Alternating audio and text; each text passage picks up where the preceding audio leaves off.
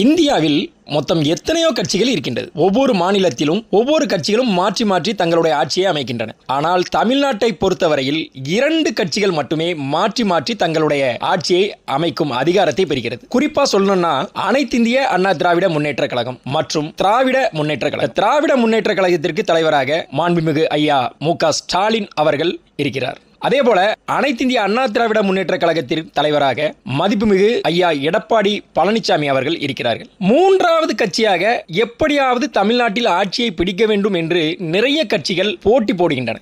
ஆனால் அத்தனை கட்சிகளையும் மீறி இந்த 2 கட்சிகளுமே ஆட்சியை மாற்றி மாற்றி அமைத்துக் கொண்டு இருக்கிறார்கள். மக்களின் ஆதரவும் இந்த 2 கட்சிகளுக்கு தான் அதிகமாக இருக்கிறது. சரி, அப்படின்னா அப்ப இந்த 2 கட்சிகள் மட்டும்தான் இருக்குதா, வேறு கட்சிகளே இல்லையா அப்படின்னு கேட்டீங்கன்னா இன்னும் கட்சிகள் இருக்கின்றது. ஆனால் பெரும்பான்மையான மக்களின் ஆதரவை பெறவில்லை என்பதுதான் உண்மை. இப்ப குறிப்பா பாத்தீங்கன்னா நாம் தமிழர் கட்சி, இந்த கட்சிக்கு தலைவராக சீமான் அண்ணன் செயல்பட்டு கொண்டிருக்கிறார். அதே போல பாரதிய ஜனதா கட்சி, இந்த கட்சிக்கு தலைவராக மோடி அவர்கள் இருந்தாலும் தமிழ்நாட்டை பொறுத்தவரையில் மாண்புமிகு அண்ணாமலை அண்ணன் தான் இந்த கட்சிக்கு பொறுப்பேற்று தலைமை பதவியில் இருக்கிறார். இது ஒருபுறம் இருக்க, தமிழகத்தில் புதிய அவதாரமாக நடிகர் விஜய் அவர்கள் தமிழக வெற்றி கழகம் என்ற ஒரு கட்சியை நிறுவி அதற்கு தலைமையேற்று வருகின்ற 2026 தேர்தலை சந்திப்பதற்கு தயாராகி இருக்கின்றனர். இன்னும் நிறைய கட்சிகள் இருந்தாலும் அந்தந்த கட்சிகள் என்ன செய்தார்கள், என்ன செய்து கொண்டிருக்கிறார்கள்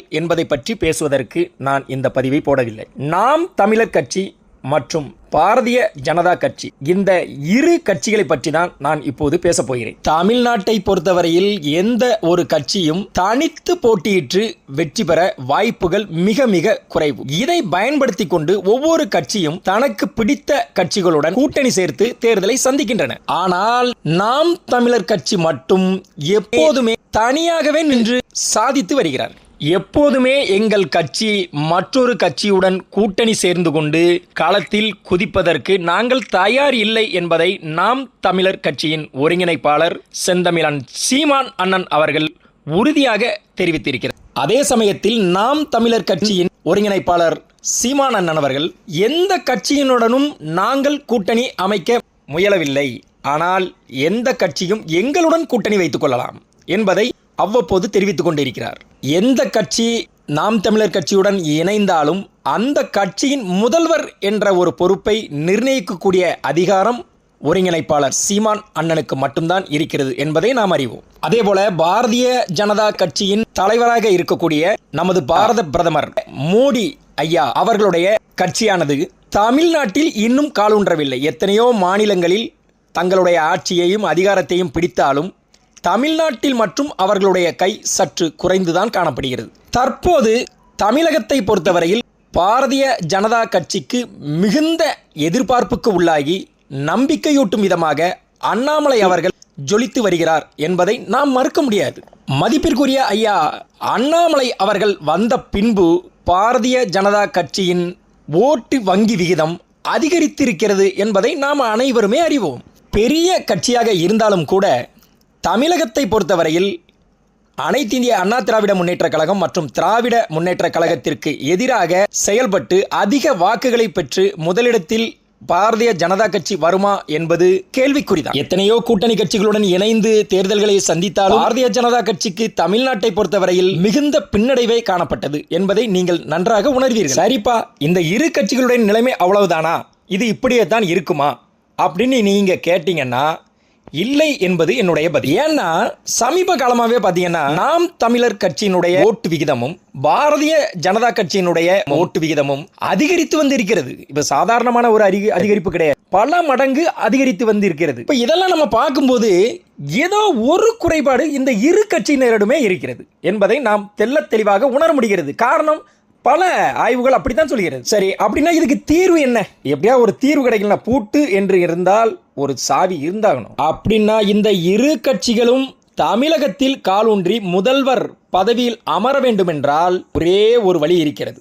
அது என்னப்பா வழி அப்படின்னு நீங்க அறிவதற்கு முன்னாடி நாம் தமிழர் கட்சியின் செயல்பாடுகளை நான் இப்போது சொல்றேன். சாதாரண கட்சியா இருந்து சீமான் அவர்களால் என்ன சாதிக்க முடியும்? அவரெல்லாம் ஒரு முதல்வர் பதவிக்கு ஆசைப்படலாமா? இது ஒரு கட்சியா அப்படின்னு கேள்வி கேட்டவர்களுக்கு மத்தியில் ஒரு பெரிய ஒரு வித்தியாசத்தை அனைவரையும் புரட்டி போட வைத்தது அப்படின்னு சொல்லலாம். 2025 இந்த காலகட்டத்தை பொறுத்தவரையில் நாம் தமிழர் கட்சி என்பது ஒரு தவிர்க்க முடியாத ஒரு விஸ்வரூப வளர்ச்சி பெற்ற ஒரு கட்சியாக அமைந்து விட்டது. தவிர்க்கவே முடியாது அப்படிங்கிற ஒரு சூழ்நிலைக்கு அவங்க வந்துட்டாங்க. இப்போ குறிப்பா சொல்ல போனோம்னா இப்பொழுது மூன்றாவது ஒரு பெரிய கட்சி அப்படின்னு பாத்தீங்கன்னா நாம் தமிழர் கட்சியை உறுதியாக சொல்லலாம். எத்தனையோ வியூகங்கள் இந்த கட்சியை நிலைகுலைய செய்ய எவ்வளவோ முயற்சிகள் இருந்தாலும் அத்தனையும் தவிடுபடியாக்கி இன்று ஒரு மிகப்பெரிய கட்சியாக உருவெடுத்திருக்கிறது நாம் தமிழர் கட்சி. நடிகர் விஜய் அவர்கள் தொடங்கிய தமிழக வெற்றி கழகம் என்ற ஒரு கட்சி ஆரம்பிக்கப்பட்டு உள்ளே வந்தபோது சீமான் அவர்களுடைய கட்சி முடிந்தது என்று நிறைய பேர் சொன்னாங்க. ஆனால் நடந்தது என்னவோ அதற்கு எதிர்மறையாகத்தான் நடந்தது. அவர் வர வர இந்த கட்சியினுடைய செல்வாக்கும் குரலும் ஓங்கி ஒலித்தது. சாதாரணமான ஒரு மனிதன் கேட்க வேண்டிய கேள்வியை தன் மனதில் எழுந்ததை தைரியமாக தனி மனிதனாக கேட்கக்கூடிய ஒரே நபர் அப்படின்னு பார்த்தீங்கன்னா செந்தமிழ் சீமான் அண்ணன் அவர்கள் மட்டும்தான். அதை நான் ஒருபோதும் மறக்க மாட்டேன். பல ஆண்டுகளாக போராடி வருகிறார். வெற்றி தோல்வி என்பது வேறு விஷயம். ஆனால் எதையெல்லாம் செய்ய வேண்டும் எதையெல்லாம் செய்யக்கூடாது என்பதை பற்றி அவர் மேடையில் பேசிய ஒவ்வொரு வார்த்தைகளும் தமிழக மக்களுக்கு மாபெரும் புரட்சியை உண்டு பண்ணி இருக்கிறது. நாம் தமிழர் கட்சியை பார்த்து மற்ற கட்சிகள் இந்த அளவுக்கு வந்துட்டாங்களே அப்படின்னு சொல்ற அளவுக்கு நடந்து கொண்டிருக்கிறது. அதுதான் உண்மை. துண்டு காகிதத்தில் எழுதி வைத்துக் கொண்டு அதை பார்த்து பார்த்து விமர்சனங்களை கொடுத்து கொண்டிருக்கக்கூடிய அரசியல் கட்சி தலைவர்களுடைய மத்தியில் எந்த கொஸ்டின் கேட்டாலும் சரி அதற்கு சரியான நிகரான பதிலை கொடுக்கிறார், எந்த ஒரு துண்டு காகிதமும் இல்லாமல். அதுதான் சீமான் அண்ணனுடைய மிகப்பெரிய ஒரு பலம் என்று சொல்லலாம். ஆதி காலத்தில் இருந்து இன்று வரை விரல் நுனியில் வைத்திருக்கிறார். ஒரு கம்ப்யூட்டர்ல கூட நம்ம டச் பண்ணி உள்ள போதுக்கு கொஞ்சம் லேட் ஆகும். ஆனா இவரிடம் எல்லா கேள்விகளுக்கும் பதில் இருக்கிறது. அதுதான் செந்தமிழ் சீமான் அண்ணன் அவர்களுடைய மிகப்பெரிய ஒரு சக்தி. சரி, இது ஒரு புறம் இருக்கட்டும். பாரதிய ஜனதா கட்சியின் மிகப்பெரிய நம்பிக்கை நட்சத்திரமாக இருக்கக்கூடிய மதிப்புமிகு அண்ணாமலை ஐயா அவர்களை பற்றி நாம் ஒரு சின்ன அலசலை பார்க்கலாம். தமிழ்நாட்டை பொறுத்தவரையில் பிஜேபி அவ்வளவுதான். அவர்களால் எக்காரணத்தை கொண்டு தமிழகத்தில் மலர முடியாது, அந்த தாமரை என்றும் மலராது என்று சொல்பவர்கள், விமர்சனம் கொடுத்தவர்களுடைய மத்தியில் திடீரென்று ஒரு விஸ்வரூபமாக ஒரு ஏவுகணையாக துளைத்துக் கொண்டு அத்தனையையும் பொய்யாக்கி வருகிறார் மதிப்புமிகு அண்ணாமலை ஐயா அவர்கள். ஒவ்வொரு கேள்வியையும் சராமாரியாக கேட்கிறார். அவர் கேட்ட கேள்விகளுக்கு நிறைய கேள்விகளுக்கு பதிலே இல்லை, பதில் சொல்ல முடியாது. அந்த அளவுக்கு நேர்த்தியாக பேசுகிறார். எதை பேசினாலும் சும்மா வளவள குளன்னு பேசாம ஆதாரத்தோடு பேசுவது அவருக்கு கைவந்த கலையாகி இருக்கிறது. அதுதான் உண்மை. மதிப்புமிகு அண்ணாமலை ஐயாவை பொறுத்தவரையில் எந்த ஒரு ஆதாரமும் இல்லாமல் தேவையற்ற முறையில் பேசுவதை எப்போதும் கடைபிடிக்கவே மாட்டார். அதுதான் அவருக்கு இருக்கக்கூடிய மிகப்பெரிய ஒரு பலம். சமீபத்தில் கூட பெண்களுக்கு இழைக்கப்படும் கொடுமைக்கு எதிராக சாட்டையை எடுத்து தன்னுடைய வெற்றுடம்பில் அடித்துக் கொண்டு ஒரு காணொலியெல்லாம் நீங்க பார்த்திருப்பீங்க. அது எல்லாருக்கும் நினைவிருக்கும். இவருடைய பேச்சுக்கள், கொள்கைகள் இவை எல்லாவற்றையும் நாம் கேட்கும்போது நாம் தமிழர் கட்சி சீமான் அண்ணன் அவர்களுடைய செயல்பாடுகளும் அண்ணாமலை ஐயா அவர்களுடைய செயல்பாடுகளும் ஓரளவுக்கு ஒத்துப்போகும் விஷயங்களாகத்தான் இருக்கிறது. இரண்டு பேரும் வேறு வேறு கட்சிகளாக இருந்தாலும் அவர்கள் கொண்டு வரக்கூடிய திட்டங்கள் அனைத்தும் ஒருவருக்கொருவர் ஒத்துக்கொண்டு போற மாதிரி தான் இருக்குது. மதிப்பிற்குரிய நாம் தமிழர் கட்சி ஒருங்கிணைப்பாளர் சீமான் அண்ணனுடைய அனைத்து கருத்துக்களையும் நான் ஏற்றுக்கொள்ளவில்லை. சில கருத்துக்களில் எனக்கு உடன்பாடு இல்லை. அதே போல அண்ணாமலை ஐயா அவர்களுடைய எல்லா கருத்துக்களையும் நான் ஏற்றுக்கொள்ளவில்லை. சில கருத்துக்களில் எனக்கும் அதில் உடன்பாடு இல்லை என்பதை நான் இந்த இடத்தில் பதிவு செய்து கொள்கிறேன். ஆனால் இந்த இரு கட்சிகளுடைய செயல்பாடுகளும் ஒரே விதத்தில், ஒரே நேர்கொண்ட பார்வைதான் என்பதை நான் இந்த இடத்தில் பதிவு செய்து கொள்கிறேன். நாம் தமிழர் கட்சி எப்போதும் எந்த கட்சியினுடனும் கூட்டணி சேர்வதில்லை என்ற ஒரு முடிவில் நிலையாக இருக்கிறார்கள். ஆனால் பாரதிய ஜனதா கட்சி எப்போதுமே கூட்டணிக்கு தயார் என்ற ஒரு விஷயத்தில் அவர்களும் தெளிவாக இருக்கிறார்கள். இதுதான் இந்த இரண்டு கட்சிகளுக்கும் உள்ள வேறுபாடு. குறிப்பா நாம் தமிழர் கட்சி எல்லா தேர்தல்களிலும் தனித்தே போட்டியிட்டது. இருக்கின்ற அனைத்து தொகுதிகளிலும் தனியாகவே நின்று போரிட்டார்கள். ஆனால் பலமுறை கூட்டணி கட்சிகளுடன் இணைந்து தேர்தலை சந்தித்தாலும் பாரதிய ஜனதா கட்சியினால் மிகப்பெரிய ஒரு இடத்திற்கு வர முடியவில்லை. பின்னடைவை சந்தித்தார்கள். இப்போ விஷயத்துக்கு வருவோம். இப்படி இருந்தும் கூட இந்த இரண்டு கட்சியாலும் பெரிய அளவிற்கு வெற்றியை ருசிக்க முடியவில்லை. அதற்கு ரொம்ப ரொம்ப முக்கியமான காரணம் அனைத்து இந்திய அண்ணா திராவிட முன்னேற்ற கட்சியும் திராவிட முன்னேற்ற கட்சியும் தான் காரணம். இந்த இரண்டு கட்சிகள் இருக்கும் வரை இந்த இரண்டு கட்சிகளும் மேலோக்கி வருவது என்பது இயலாத காரியம்தான். ஒருவேளை பாரதிய ஜனதா கட்சி அனைத்து இந்திய அண்ணா திராவிட முன்னேற்ற கழகத்துடன் கூட்டணியில் ஈடுபட்டாலும் திராவிட முன்னேற்ற கழக கூட்டணியுடன் இணைந்து செயல்பட்டாலும் மிகப்பெரிய ஒரு பங்கு இவர்களுக்கு கிடைக்குமா என்பது சந்தேகம்தான். ஆனா இதை பத்திலாம் கவலையே இல்லாம எங்க கட்சி எப்போதும் தனித்தே போரிடும், வேணும்னா எங்கிட்ட வந்து சேருங்க, நாங்க யாரிடமும் கூட்டணியில் சேர மாட்டோம் அப்படின்னு சொல்லி தனி காட்டு ராஜாவாக வலம் வருகிறார் செந்தமிழ் சீமான் அண்ணன் அவர்கள். இதற்கு மாற்று ஏற்பாடு இப்பொழுது மக்கள் எல்லாம் என்ன நினைக்கிறாங்க அப்படின்னா, நாம் தமிழர் கட்சியுடன், அதாவது பிஜேபியுடன் அல்ல, நாம் தமிழர் கட்சியுடன் ஒருவேளை பாரதிய ஜனதா கட்சி கூட்டணியாக இணைந்தால், அப்படி சாத்தியம் இல்லை, ஒருவேளை அவர்களுடைய பேச்சுவார்த்தை சமூகமாகி ஒவ்வொருடைய கருத்துக்களும் சம விகிதத்தில் இருக்கின்றன, ஆகவே நீங்கள் முதல்வராக இருங்கள் என்று சொல்லி பாரதிய ஜனதா கட்சியின் தமிழகத்தில் தலைவராக இருக்கக்கூடிய அண்ணாமலை ஐயா அவர்கள் விட்டு கொடுத்து செந்தமிழ் சீமான் அண்ணன் அவர்களை நீங்கள் உங்களுடைய கட்சியில் முதன்மையாக முதல்வராக இருங்கள் என்று சொல்லி ஒரு வார்த்தையை சொன்னால், ஒருவேளை இந்த இரண்டு அணிகளும் கூட்டணியாக செயல்பட்டால் வருகின்ற 2026 இவர்கள்தான் வெற்றி வாகை சூடுவார்கள் என்பதில் 100% அடித்து சொல்வேன். ஏன்னா அந்த அளவுக்கு இவர்களுக்கு வாக்கு வங்கி மிக மிக மிக மிக அதிகம். ஆனா அப்படி நடக்குமா?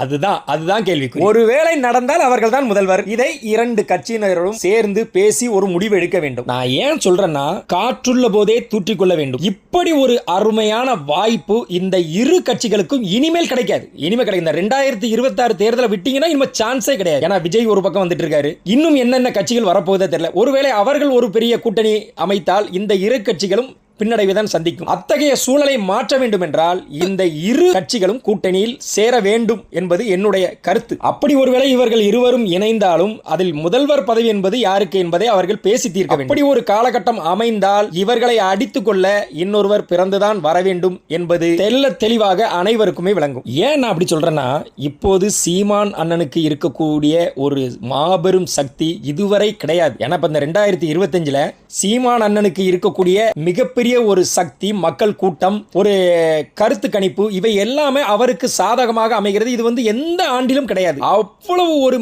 மாபெரும் வளர்ச்சி அடைந்த ஒரு கட்சியாக நாம் தமிழர் கட்சி திகழ்கிறது. அதே போல பாரதிய ஜனதா கட்சியை பொறுத்தவரையில் இந்த தேர்தலில் இப்போ கடந்த தேர்தலில் கூட அதிகமான வாக்குகள் பெற்றிருக்கு. இதுவரை அந்த மாதிரி பாரதிய ஜனதா கட்சியினர் இந்த அளவிற்கு ஒரு மிகப்பெரிய வாக்குகள் பெற்றதில்லை. அப்போ அவங்களுக்கும் ஒரு பெரிய புயல், ஒரு எல்லாத்தையும் புரட்டி போடக்கூடிய ஒரு புயல் உலா வந்தது என்பதுதான் உண்மை. அப்படி இருக்கின்ற பட்சத்தில் இந்த இரு கட்சிகளும் ஒருத்தருக்கு ஒருத்தர் கருத்து வேறுபாடின்றி தீர்க்கமாக ஒரு முடிவெடுத்து இரண்டு கட்சிகளும் இணைமாயின் 2026 இந்த கட்சி தான் மிகப்பெரிய ஒரு கட்சியாக இருக்கும். அனைத்து கட்சிகளுக்கும் டஃப் கொடுக்கும். இதை தவிர்த்து தனித்தனியாகத்தான் நாங்கள் போட்டியிடுவோம் என்ற ஒரு நிலைப்பாட்டிற்கு இவர்கள் வந்தார்கள். ஆனால் கண்டிப்பாக ஒருபொழுதும் தமிழ்நாட்டில் இந்த இரு கட்சிகளும் மலர்வது மிக மிக கடினம் கடினம் கடினம்.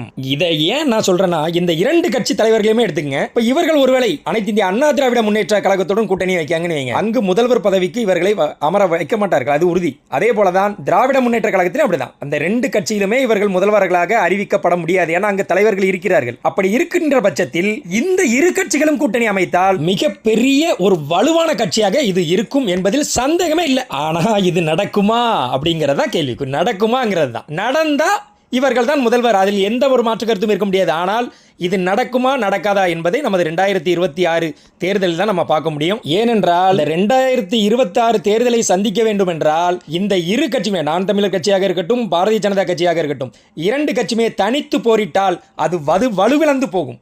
அதே இரண்டு அணியும் கூட்டு சேர்ந்தால் அவர்கள் மிகப்பெரிய சக்தி, ஒரு மலையாக இருப்பார். அந்த மலையை மோதுவதற்கு எந்த சக்தியாலையும் முடியாது. வேறு ஆப்ஷனே இந்த இரண்டு கட்சிகளும் கிடையாது. ஒருவேளை பாரதிய ஜனதா கட்சியினர் அனைத்து இந்திய அண்ணா திராவிட முன்னேற்ற கழக கூட்டணியிலோ அல்லது திராவிட முன்னேற்ற கழக கூட்டணியிலோ இணைந்தாலும் இவர்கள் பெரும்பான்மையான ஓட்டுகளை சேகரிக்க முடியாது. அதே போல நாம் தமிழர் கட்சியின் சார்பாக இருக்கக்கூடிய செந்தமிழ் அண்ணன் சீமான் அவர்கள் மற்றொரு கட்சியில், அதாவது அனைத்து இந்திய அண்ணா திராவிட முன்னேற்ற கழக கட்சியிலேயோ அல்லது திராவிட முன்னேற்ற கட்சியிலேயோ இணைய மாட்டார். ஏன்னா அவருக்கு அங்கு முதல்வர் என்பது அவர் நிர்ணயிக்கக்கூடிய ஆளாக இருக்கணும். அப்படி இருக்கின்ற பட்சத்தில் எக்காரணத்தை கொண்டும் மற்ற அணியினுடன் அவர் இணைய மாட்டார். ஒருவேளை பாரதிய ஜனதா கட்சியினுடைய கருத்துக்கள் அவருக்கு பிடித்தமாக அமையுமாயின், சில செயல்பாடுகள் பேச்சுக்கள் மூலம் தீர்வு காணுமாயின், இந்த இரண்டு கட்சியினரும் ஒருவருக்கொருவர் பேசி ஒரு முடிவெடுத்து முதல்வர் பதவியில் யாரை உட்கார வேண்டும் என்ற ஒரு சரியான முடிவை தேர்ந்தெடுத்தார்கள் என்றால் கண்டிப்பாக வருகின்ற 2026 தேர்தல் மிகப்பெரிய டஃப் கொடுக்கும் மற்ற கட்சிகளுக்கு. இதை நான் அடித்து சொல்வேன். அவர்கள் இணைவார்களா என்பதை பொறுத்திருந்து பார்க்க. மீண்டும் மற்றொரு சுவாரஸ்யமான நிகழ்ச்சியில் சந்திக்கும் வரை உங்களிடமிருந்து விடைபெறுகிறேன். நன்றி, வணக்கம்.